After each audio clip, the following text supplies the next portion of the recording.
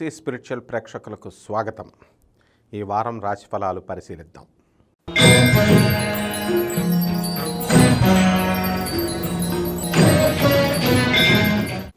తులారాశి.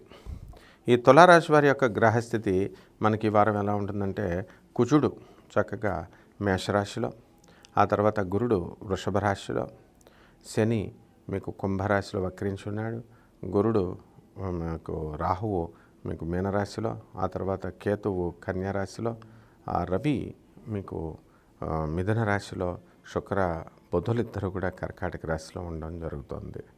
కాబట్టి వృత్తి వ్యాపార ఉద్యోగ విషయాల్లో ఇది ఛాలెంజింగ్ అయినటువంటి సమయంగా మనం తీసుకోవాలి. తులారాశి వారికి ఎన్ని పనులు ఉన్నప్పటికీ కూడా వృత్తి మీద చాలా లగ్నం చేస్తారు. అయితే వృత్తిలో మీ కొలీగ్స్, మీ సబార్డినేట్స్, మరి యాజమాన్యాలు మీకు ఇంకా సహకారం కోరుకుంటారు.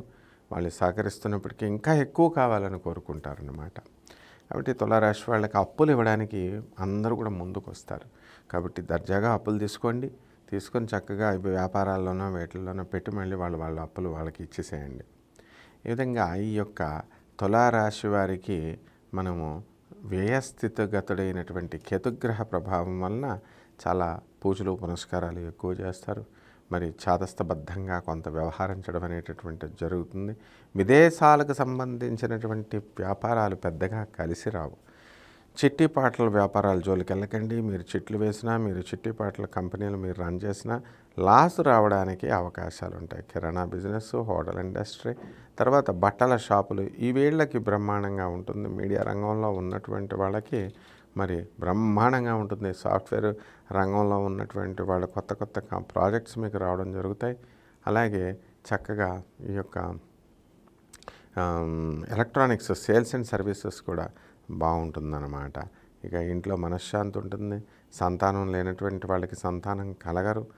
ఒకవేళ కలిగినా బలహీనంగా ఏవో ఒక ప్రాబ్లమ్స్తో కలగడానికి అవకాశాలు ఉంటాయి. కాబట్టి ముందుగా డాక్టర్ సలహాలను బట్టి మీరు మొదటి నుంచి కూడా డైట్ తీసుకోవడము, మందులు వేసుకోవడం, గర్భిణీ స్త్రీలు ముఖ్యంగా ఈ విషయాల్లో శ్రద్ధ వహించాలి. బంధుమిత్రులు వినోద కార్యక్రమాల్లో పాల్గొంటారు.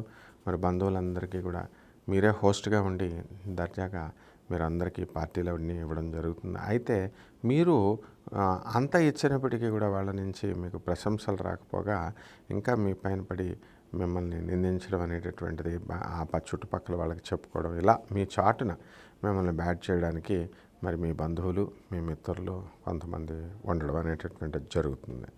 ఇక రెమెడీస్ దగ్గరికి వచ్చేసరికి గురు జపం చేయండి, గురు స్తోత్రాలు చదవండి.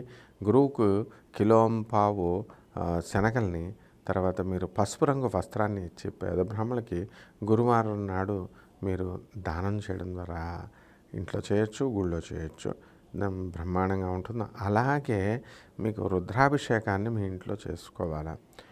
ఓం లేదా ఓం నమ శివాయ అనేటటువంటి మంత్రంతో మీరు కనుక చేసుకున్నట్లయితే బ్రహ్మాండంగా ఉంటుంది.